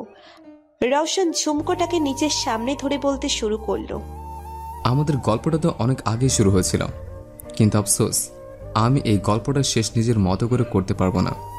তোমার হৃদয়ে আমি থাকি বা না থাকি শোভা, আমার হৃদয়ের সবটা জুড়ে শুধু তুমিই ছিলে, আর আছো, আর থাকবে। রওশন চোখ বন্ধ করে ঝুমকোটায় নিজের ঠোঁট ছোঁয়ালো। এইদিকে সোফা নিচের রুমের জানালার বাইরে তাকিয়ে আছে। রওশনকে কেন ওর কাছে ভিন্ন লাগে তাই আজও বুঝতে পারল না সোফা। রওশনের ওর কাছে আসলে যে অনুভূতিটাই হয়, কেন সেটা আভির সময় হয় না ভেবে পাচ্ছি না ও। আমি কেন দ্বিধায় পড়ে যাচ্ছি? কি এমন কানেকশন আছে আমার আর রওশনের মধ্যে যা আমাকে ওনার দিকে এতটা টানে? আমি নতুন করে কাউকে ভালোবাসতে চাই না কাউকে নিজের জীবনে, তবুও কেন এই অনুভূতি? পরদিন নেক্সট রাউন্ড হলো ফাইনাল রাউন্ড। এই রাউন্ডে সবাই নিজেদের ডিজাইন করা ড্রেস এবং জুয়েলারি পরে এক্সিবিশনে পার্টিসিপেট করবে। জাহিদকে কম্পিটিশন থেকে আউট করে দেওয়া হয়েছে, তাই সোফা আর রিশা সহ মোট 4 জন কম্পিটিটর আছে। সবাইকে ট্রাইং রুমে নিজেদের প্রিপারেশন করার জন্য সময় দেওয়া হয়েছে। সোফা নিজের ডিজাইন করা ড্রেস ভালো করে চেক করে নিজের কাবার্ডে রেখে দিয়েছে। সন্ধ্যার পর কম্পিটিশন, তাই এখন বসে ও অফিসের কিছু কাগজপত্র চেক করছে। কালো শার্ট, ব্লু ব্লেজার, কালো প্যান্ট, হাতে কালো বেল্টের ঘড়ি, কালো শুজ, চুলগুলো জেল দিয়ে সেট করে রেডি হয়ে নিজেকে আয়নায় দেখে নিচ্ছে রওশন। সব ঠিক আছে, শুধু একটা জিনিস মিসিং। রওশন একটা কালো আর ব্লু কম্বিনেশনের টাই বের করে সুন্দর করে সেটা পরে ফেলল। Now it's perfect. Roshan bed থেকে ওর ফাইলগুলো নিয়ে বের হয়ে গেল সেটের উদ্দেশ্যে। সোফা নিচে সব জিনিসপত্র গুছিয়ে নিয়েছে রেডি হওয়ার জন্য, কিন্তু কিছু একটা মিসিং লাগছে ওর কাছে। আরে ইয়াররিং তো আমার রুমেই রয়ে গিয়েছে। কম্পিটিশন শুরু হতে সময় আছে, গিয়ে নিয়ে আসি। সোফা ওর ক্যাবিনেট থেকে বেরিয়ে যায়। সোফা বের হতেই রিশা আড়াল থেকে বেরিয়ে সোফার ক্যাবিনেটে ঢুকে পড়ে। সোফার ড্রেস সোফার উপরে রাখা। রিশা গিয়ে সোফার ড্রেস নিজের হাতে তুলে নেয়। আমাকে হারিয়ে কম্পিটিশন জেতার অনেক শখ তোমার, তাই না শুভা? আজকে তোমার এমন হাল হবে যে কম্পিটিশন তো দূরে থাক, কাউকে নিজের মুখ দেখানোর লায়ক থাকবে না তুমি। রিশা একটা ব্লেন্ড দিয়ে সোফার গাউনের চেনের কিনারের সুতোগুলো তুলে দেয়, যেন গাউন পরার পর ওর গাউনের চেন খুলে যায়। কাজ শেষ হতেই সোফার ড্রেস জায়গা মতো রেখে রুম থেকে বেরিয়ে যায় রিশা। সোফা রুমে আসতেই দেখে ওর ক্যাবিনেটের দরজা খোলা। কেমন একটা খটকা লেগে যায় ওর। তারপরেও ব্যাপারটা গ্রাহ্য না করে সোফা রেডি হতে শুরু করে। কিছুক্ষণ পরে নীল রঙের স্লিভলেস হাতার গাউন অসম্ভব সুন্দর করে ডিজাইন করেছে সোফা। গাউনের সামনের দিকে সাদা নেটের কোটি সিস্টেম।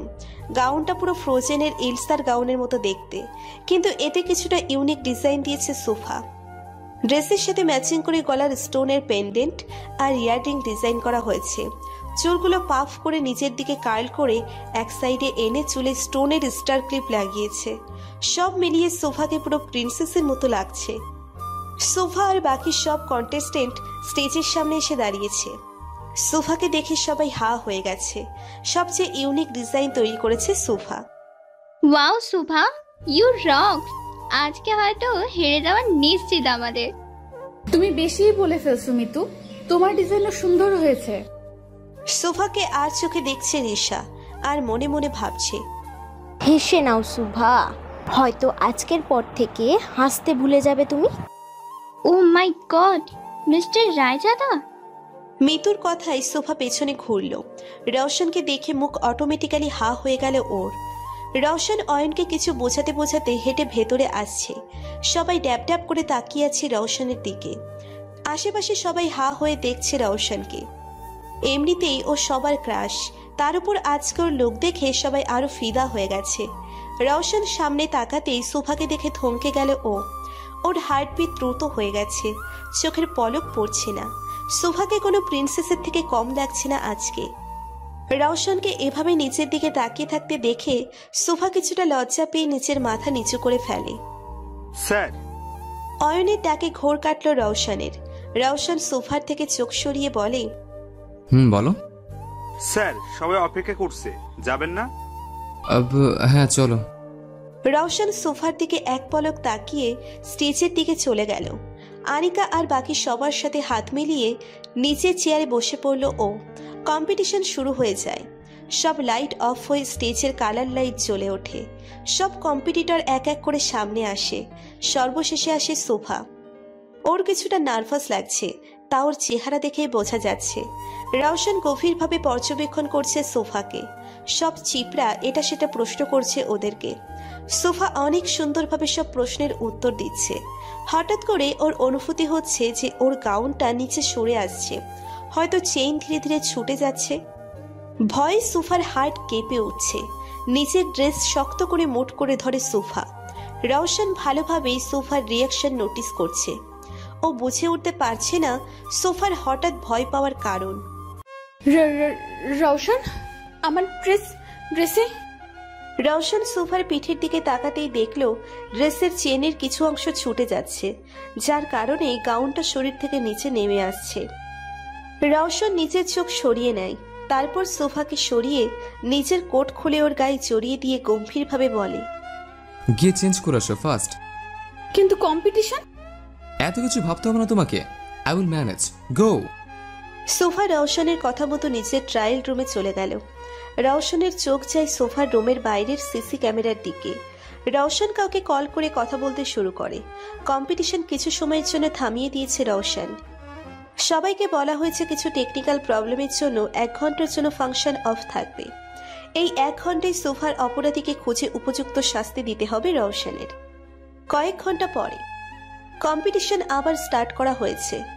সব কম্পিটিটর আবার আগের মতো যার যার জায়গায় দাঁড়িয়ে আছে। সোফা সেম ডিজাইনের ড্রেস পরেছে। কম্পিটিশনের রুল, যে কোনো ডিজাইন তৈরি করলে 2টো করতে হবে, যেন পরবর্তীতে কোনো সমস্যা হলে কাজে লাগানো যায়। আজকে রুলটা সোফাকে বাঁচিয়ে দিল। রিশা সোফার দিকে আর চোখে তাকাচ্ছে আর রাগে ফুঁসছে।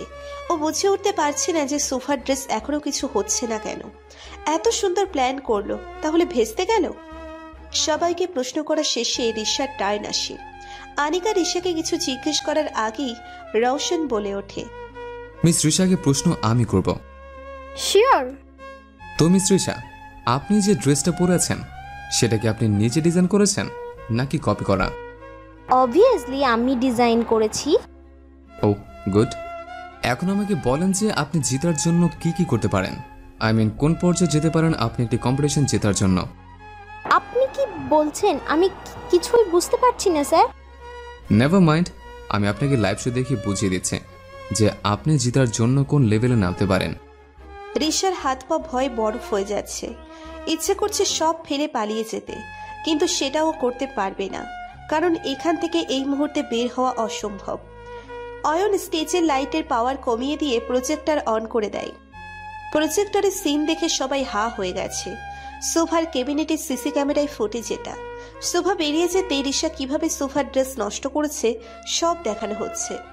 সব ক্যাবিনেটে সিসি ক্যামেরা ফিট করা, যেন যে কোনো সমস্যার দ্রুত সমাধান করা যেতে পারে। আজকে ক্যামেরাটা থাকার কারণে সবাই আসল কালপ্রিটকে শনাক্ত করতে পারল। সোফা ঘৃণা ভরা চোখে তাকালো রিশার দিকে। ও ভাবতে পারেনি রিশা এতটা নিচে নামতে পারে। হিংসা মানুষকে কতটা নিম্ন স্তরে নামিয়ে দেয় তার জলজ্যান্ত প্রমাণ হচ্ছে রিশা। সবাই কানাকানি করছে। রিশা লজ্জা আর ভয়ে মাথা নিচু করে আছে। ভিডিও শেষ হতেই প্রজেক্টর অফ হয়ে যায়, সাথে সাথে সবাই চুপ করে যায়। ছি রিশা, তোমার লজ্জা হওয়া উচিত নিজের কাজে। একজন মেয়ে হয়ে অন্য একজন মেয়ের সাথে এমনটা করতে তোমার বিবেকে বাঁধলো না? পুলিশের নাম শুনে ভয়ে কেঁপে ওঠে রিশা। মাথা নিচু করে কান্না করছে ও। রিশাকে কি শাস্তি দেওয়া হবে সেটা সোফা ডিসাইড করবে। রওশনের কথাই সোফা অবাক চোখে তাকালো রওশনের দিকে।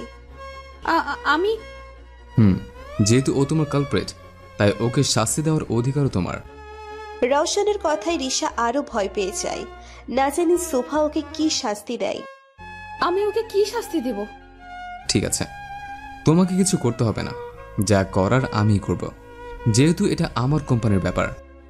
সোফা রওশনের চাহনিতে ভয় পেয়ে যায়। ভয় ঢোক গিয়েছে সোফা। ওর গলা শুকিয়ে যাচ্ছে। না জানি রওশন ওকে শাস্তি দিয়ে বসে। ইন্সপেক্টর, কয়েকজন পুলিশ আসতে সেটে। রওশন তাদের উদ্দেশ্য করে বলে, নিয়ে যান একে, এর ব্যবস্থা আমি পরে করছি। I am really sorry sir, এরকম ভুল আর কখনো হবে না। শুভা, আই এম সরি দোস্ত, প্লিজ এদের থামা। আমি তো তোর বন্ধু হই, তুই আমার সাথে এমনটা করতে পারিস না, প্লিজ স্টপ দেম। সোফার ইচ্ছে করছে রিশাকে পুলিশ থেকে ছাড়িয়ে দিতে, কিন্তু রওশনের অগ্নি দৃষ্টির দিকে তাকিয়ে সব সাহস হাওয়া হয়ে যায় ওর। রওশনের চোখ এতটা লাল হয়ে আছে যেন এখানেই ও রিশাকে মর্গানে পাঠিয়ে দেবে। রওশন রাজাদের ডিকশনারিতে ক্ষমা বলতে কোনো শব্দ নেই, নিয়ে যান ওকে। রিশাকে নিয়ে যাওয়া হলো। রিশাকে নিয়ে যেতেই কম্পিটিশন আবার শুরু করা হয়। যেহেতু সোফার ডিজাইন সবচেয়ে ভালো ছিল, ওকেই প্রাইজ দেওয়া হয়। কিন্তু এই মুহূর্তে সোফার কম্পিটিশন জেতার খুশির থেকে বেশি রওশনকে নিয়ে ভয় হচ্ছে। আল্লাহ জানে ওর কপালে কি আছে। রওশন যে পরিমাণ রেগে আছে ওর উপর। সবাই সোফাকে শুভেচ্ছা দিচ্ছে, কিন্তু সোফার চোখ আশেপাশে শুধু রওশনকে খুঁজছে। সবাইকে সাইড করে সোফা রওশনকে খুঁজতে বেরিয়ে যায়। পুরো হল খুঁজেও রওশনকে পেল না ও। সোফা ভাবছে হয়তো রওশনের রুমে আছে, তাই সোফা রওশনের রুমে চলে আসে। রওশনের রুমের বাইরে দাঁড়িয়ে আছে সোফা। বুকে থুতু দিয়ে দরজা নক করলো ও। 2-3 বার দরজা নক করার পর কেউ দরজা খুলল আর আচমকা সোফার হাত। আমি জানি তুমি কি প্রশ্ন করবে, এটাই না যে আমি কেন বাচ্চাগুলোর সাথে এত ফ্রেন্ডলি হয়ে টাইম স্পেন্ড করলাম। হ্যাঁ। রওশন একটা গভীর নিঃশ্বাস নিয়ে সোফাকে বলতে শুরু করে, আমি ওদের জায়গায় নিজেকে দেখেছি সোফা। ইউ নো হোয়াট, ছোটবেলা থেকে একা বড় হয়েছে। মম ড্যাডের ডেথের পর নিজেকে সামলাতে শিখেছি আমি। ওই বাচ্চাগুলো আর আমার মধ্যে তেমন একটা তফাৎ নেই। ওরাও অনাথ আর আমিও অনাথ। পার্থক্য একটাই, ওদের সামলানোর জন্য তুমি আছো, কিন্তু আমার কেউ ছিল না। কারো সাহায্য ছাড়া নিজেকে প্রতিষ্ঠিত করেছি আমি। অনেক স্ট্রাগল করেছে, তার ফলস্বরূপ আমি এখন বাংলাদেশে ওয়েল নোন ফেসের মধ্যে একজন। কথাগুলো বলে রওশন গাড়ি ব্রেক করলো। সোফার দিকে তাকাতেই দেখলো সোফা অদ্ভুত দৃষ্টিতে কিছু অনুভূতি, কিছু গভীর আবেগ অনুভব করছে রওশন। তোমার বাস এসে পড়েছে। রওশনের কথাই ঘোর কাটে সোফার। গ্লাসের বাইরে তাকাতেই দেখলো ওর বাড়ির সামনে গাড়ি থামিয়েছে রওশন। সোফার মুখটা মলিন হয়ে গেল। মনে হচ্ছে আজ খুব দ্রুত সময় পেরিয়ে গেছে। আর কিছু মুহূর্ত রওশনের সাথে হাঁটতে ইচ্ছে করছে, ওকে জানতে ইচ্ছে করছে, ওর অব্যক্ত কথাগুলো শুনতে ইচ্ছে করছে। আজ কি গাড়িতে থাকার এরাদা আছে নাকি? না তো, গুড নাইট। সোফা বেরিয়ে যেতে নিলেই রওশনের হাত ধরে আটকায়। সোফা জিজ্ঞাসু দৃষ্টিতে তাকালো রওশনের দিকে। রওশন সোফার দিকে এগিয়ে আসে কিছুটা। রওশনকে নিচের দিকে এগিয়ে আসতেই সোফার চোখ বড় বড় হয়ে গেল আর হার্টবিটও ফাস্ট হয়ে গেল। শুভা ভয়ে চোখ খিচে বন্ধ করে ফেলে। হঠাৎ কপালে ঠোঁটের ছোঁয়া পেতেই শুভা চোখ মেলে তাকালো। অবাক দৃষ্টিতে তাকিয়ে আছে শুভা রওশনের দিকে। নাও গো। শুভা এক ঝটকায় গাড়ি থেকে নেমে দ্রুত পায়ে নিজের বাড়িতে ঢুকে যায়। রওশন মুচকি হাসছে সোফার কাছে। রওশনের ফোন বাজতেই ওর চোখ মুখ শক্ত হয়ে যায়। Hello, good job. ওর খাতিরদারি করো, আমি আসছি। রওশন সোফার বাড়ির দিকে এক পলক তাকিয়ে ড্রাইভিং শুরু করলো। একটা লোককে চেয়ারে বসিয়ে বেঁধে রাখা হয়েছে।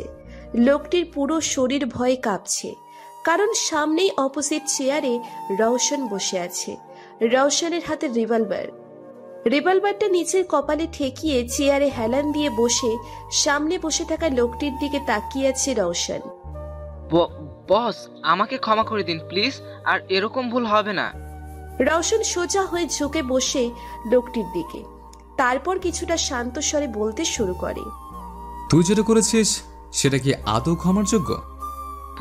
ভুল হয়ে গেছে বস, টাকার লোভে অন্ধ এমনটা করে ফেলেছি। কথাটা বলার সাথে সাথে রওশন লোকটির হাতে গুলি করে দেয়। লোকটি চিৎকার করে ওঠে।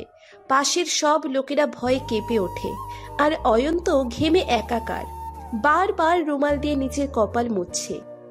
সব ভুলের ক্ষমা আছে, কিন্তু বেইমানের কোনো ক্ষমা নেই রওশনের কাছে। তুই আমার লোক হয়ে টাকার লোভে আমার শত্রুর সাথে হাত মিলিয়েছিস, আর ভাবছিস আমি তোকে ক্ষমা করে দিব? ইম্পসিবল। যারা পিঠ পিছে প্রহার করে তাদের থেকে ভয়ঙ্কর শত্রু দ্বিতীয় হয় না। তোকে এখন ক্ষমা করে দিলে তুই আবার আমাকে পেছন থেকে আঘাত করবি, আর তা রওশন মেনে নেবে না। কথাগুলো বলেই রওশন লোকটির বুকে গুলি করে, তার বুক ঝাঁঝরা করে ফেলে। রিভলভার থেকে ধোঁয়া উঠছে। এই ধোঁয়া হয়তো রওশনের রাগকে ঠান্ডা করছে। শাহিন। জি স্যার। এই লাশ এমন জায়গায় ফেলে আসো যেখানে শকুনেরা এর দেহ চিরে চিরে খেতে পারে। জি। রওশন নিজের চেকবুকে বড় অঙ্কের টাকা লিখে অয়নের হাতে দিয়ে বলে, এটা এই বিমানের পরিবারের কাছে পৌঁছে দিও, তাদের যেন কোনো কিছু সমস্যা না হয়। জি স্যার। রওশন বেরিয়ে গেল গোডাউন থেকে। অয়ন চেকের দিকে চোখ বড় বড় করে তাকিয়ে বলতে শুরু করে, স্যারের নিয়ম আমি কিছুই বুঝি না। একদিক দিয়ে মারে আর একদিক দিয়ে সাহায্য করে। পরদিন শুভা অফিসের জন্য বেরিয়ে নিচের গাড়িতে উঠতে নেয়। হঠাৎ পেছন থেকে কেউ ওর মুখে রুমাল ধরে, আর শুভা জ্ঞান হারিয়ে ফেলে। কিছুক্ষণ পর শুভার জ্ঞান ফেরে। শুভা চোখ মেলতেই নিজেকে বেডে আবিষ্কার করল। শুভা এক ঝটকায় উঠে যায় বেড থেকে। আশেপাশে তাকিয়ে জায়গাটা চেনার চেষ্টা করছে শুভা। এটা কার বাসা, আর আমি এখানে আসলাম কিভাবে? হঠাৎ শুভার খেয়াল হলো কেউ ওকে পেছন দিয়ে রুমাল শুকিয়ে দেয়। এরপর কি হয় ওর মনে নেই। দরজা খোলার আওয়াজে শুভা সেদিকে ফিরল। দরজা খুলে কেউ প্রবেশ করছে রুমে। লোকটিকে দেখে শুভা কিছুটা অবাক হলো, আর বুঝতে বাকি রইল না এটা কার কাজ। Good morning baby. আমাকে এভাবে এখানে আনার মানে কি আভি? কুল বেবি, এত হাইফার কেন হচ্ছ? সিটে বসে কথা বলি।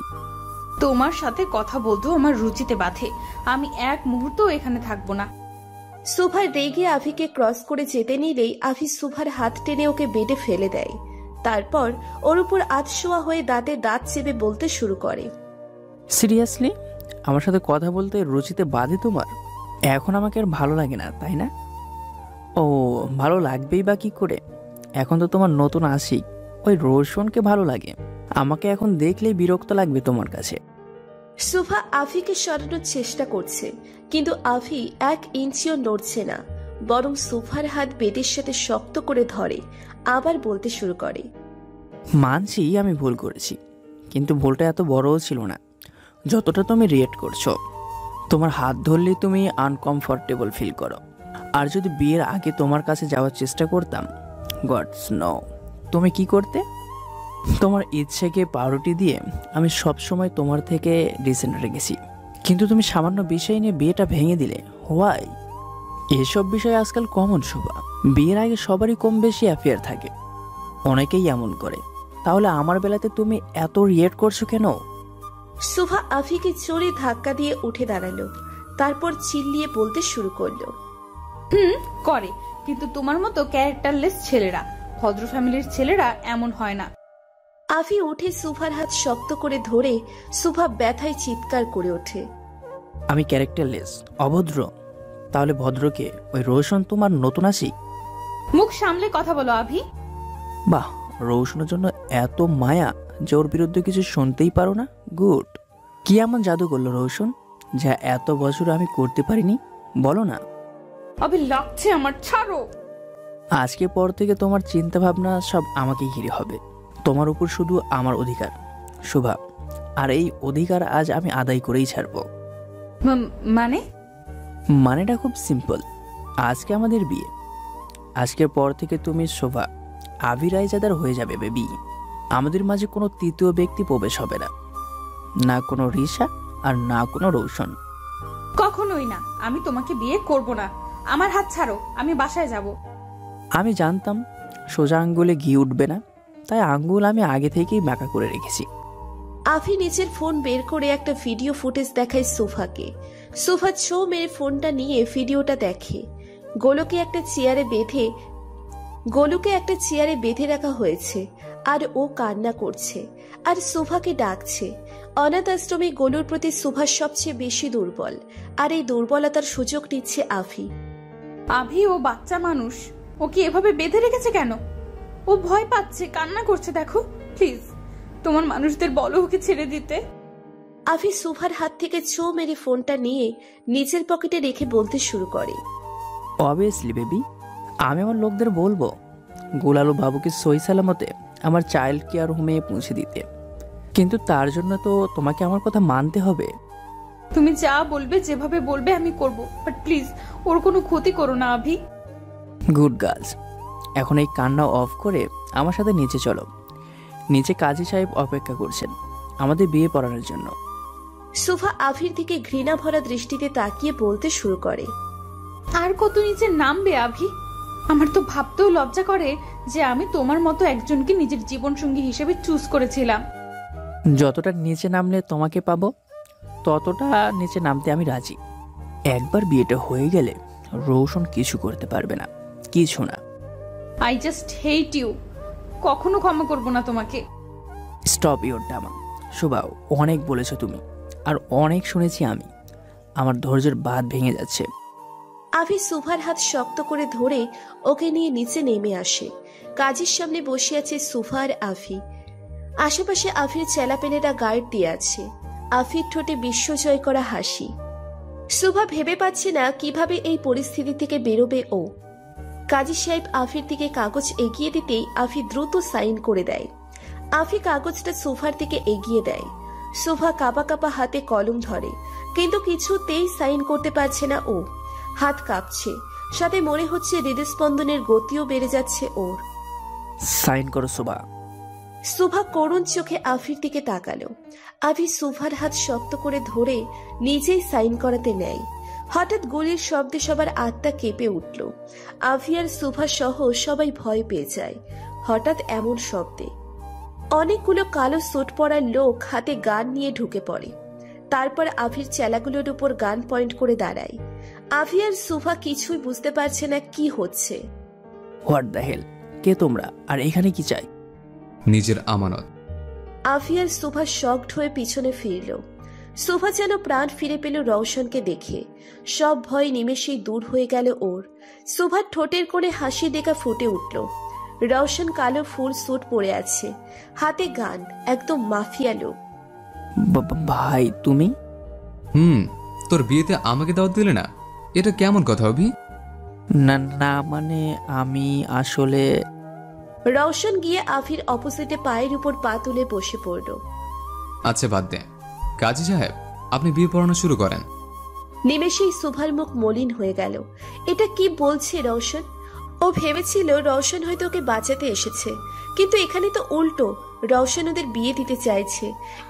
এটা আশা করেনি ও রওশনের থেকে। আফি তো মহা খুশি হয়ে বসে পড়ল। কাজী সাহেব বিয়ে পড়ানো শুরু করলেন। আফির নাম নিতেই রওশন বলে ওঠে, আপনি বরের নাম ভুলেন কাজী সাহেব? বরের নাম আফি রায়জাদা না, রওশন রায়জাদা।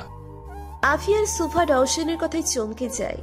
আফি রেগে উঠে দাঁড়িয়ে বলতে শুরু করে, এটা কোন ধরনের কথা ভাই? আফি তাড়াতেই একজন গার্ড ওর মাথায় বন্দুক তাক করে দেয়। রওশন কাজী সাহেবকে উদ্দেশ্য করে বলে ওঠে, আপনি কি বিয়ে পড়াবেন নাকি আপনাকেও ডোজ দেওয়া লাগবে? কাজী ভয়ে দ্রুত বিয়ে পড়ানো শুরু করে। সবকিছু সোফার মাথার উপর দিয়ে যাচ্ছে। কি হচ্ছে এসব? ও শুধু অবাক চোখে তাকিয়ে আছে রওশনের দিকে। কাজী রওশনকে কবুল বলতে বললে রওশন সোফার দিকে তাকিয়ে কবুল বলে ফেলে। আভি কিছু করতেও পারছে না, সইতেও পারছে না। ওর বিয়ের আসরে ওকেই গান পয়েন্ট করে রওশনের হবু বউকে বিয়ে করে ফেলছে। ব্যাচেলার কি ভাগ্য! কাজী সুভাকে কবুল বলতে বললে সুভা ভাবনায় পড়ে যায় কি বলবে ও। সুভাকে চুপ থাকতে দেখে রওশন কড়া গলায় বলে ওঠে, তুমি কবুল বলবে নাকি আবির সাথে তোমার বিয়ে পড়ানোর ব্যবস্থা করব? রওশনের কথায় সুভা চোখ বড় বড় করে আফির দিকে তাকায়। তারপর এক নিঃশ্বাসে 3 কবুল বলে ফেলে।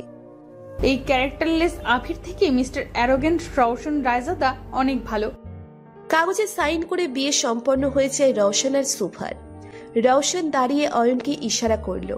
তারপর অয়ন একটা ছানার বক্স এনে রওশনের হাতে দিল। রওশন এক টুকরো মিঠাই বের করে আফির সামনে গেল। আফি রক্তিম চোখে তাকিয়ে আছে রওশনের দিকে। তুই তো আমাদের কংগ্রেস করবি না, তাই ভাবলাম আমিই করি। আজকে থেকে তুই ভাবি পেয়ে গেলে সেই খুশিতে মুখ মেটা কর। আফি নিচের মুখ ঘুরিয়ে নিল। ও সরি লিটল ব্রো, আমি তো ভুলে গিয়েছিলাম তোর মিঠাই পছন্দ না। যাক, আমি মুখ মিঠা করি। আফি কাছে রওশনের বাঁকা হাসি গায়ে অ্যাসিড পড়ার মতো লাগছে। আফি রওশনের হাত থেকে মিঠাইয়ের বক্সটা দূরে ছিটকে ফেলায়। এটা কি করলে আভি? তোর ভাবি তো এখনো মুখ মিঠা করলো না। আফি রাগে ফুঁসছে। রওশন সোফার হাত ধরে নিচের কাছে টেনে আনে। তারপর ওকে বলে, জান, তোমার ছানা অনেক পছন্দ তাই না? কিন্তু দেখো, তোমার প্রাণপ্রিয় দেবর তো সব ফেলে দিল। এখন তোমার মুখ মিঠা আমি কি দিয়ে করাই বলো? সুভা কি বলবে ভেবে পাচ্ছে না। ও একবার রওশনের দিকে আর একবার আফির দিকে তাকিয়ে ঢোক গিলছে। রওশন কিছুক্ষণ ভেবে আচমকা বলে ওঠে, বয়স, সবাই নিজের চোখ বন্ধ করো। রওশনের গার্ডসরা চোখ বন্ধ করে ফেলে। রওশন কাজী সাহেবের দিকে ভ্রু কুচকে তাকিয়ে বলে, আপনাকে কি আলাদাভাবে নিমন্ত্রণ দিয়ে বলতে হবে? কাজী ভয়ে দ্রুত নিজের চোখ ঢেকে ফেলে। সোফা আর আভি বোঝার চেষ্টা করছে রওশন কি করতে চাইছে। আচমকা রওশন সোফার কোমর জড়িয়ে ওকে নিচের কাছে এনে ওর ঠোঁটে ঠোঁট মিলিয়ে দেয়। সোফা তো ফুল শকড, আর আভির তো চোখ বেরিয়ে যাওয়ার উপক্রম। রওশন সোফাকে ছেড়ে ওর কোমর জড়িয়ে ধরে আভিকে বলে, এখন থেকে ও তোর ভাবি, তাই ওকে সম্মান দিয়ে চলবে। বড় ভাবি মায়ের সমান, তাই আশা করব তুই তোর ভাবিকে অন্য চোখে দেখার চেষ্টা করবি না। আর যদি করিস, তুই জানিস রওশন কি করতে পারে। Now she is Mrs Subha Roshan Raizada. Roshan সোফার হাত ধরে বেরিয়ে যায়। সুভা ট্যাপ ট্যাপ করে তাকিয়ে আছে রওশনের দিকে। কি করলো এইমাত্র রওশন? লজ্জা বলতে আদে ওর কিছু আছে? রওশন গাড়ির ডোর খুলে দেয়, কিন্তু সোফা না ঢুকে রওশনের দিকেই তাকিয়ে আছে। রওশন সোফার চোখের দিকে তাকিয়ে একটু ঝুঁকে বলে, Subha, do you want more? Sofa চোখ বড় করে এক ঝটকায় গাড়িতে উঠে বসে। শরীর কাঁপছে বেচারির। এমনিতেই ভয়ে তার উপর রওশন আরো ভয় দেখাচ্ছে। সুভা বসে পড়তেই রওশন বাঁকা হেসে ওর পাশে বসে পড়ল। ড্রাইভার গাড়ি স্টার্ট দিল। রওশন আর সুভা যাওয়ার পর আফি পুরো বাড়িতে ভাঙচুর শুরু করে দিয়েছে। ছাড়বো না আমি তোকে Roshan. I will disturb you. আবির জিনিসে হাত ধোয়ার ফল খুব শীঘ্রই পাবি। ভিডিওটি কেমন লাগলো? ভালো লাগলে একটি লাইক করে কমেন্ট করে জানান। চ্যানেলটি সাবস্ক্রাইব করে বেল আইকনটি অন করে রাখুন। ধন্যবাদ সবাইকে।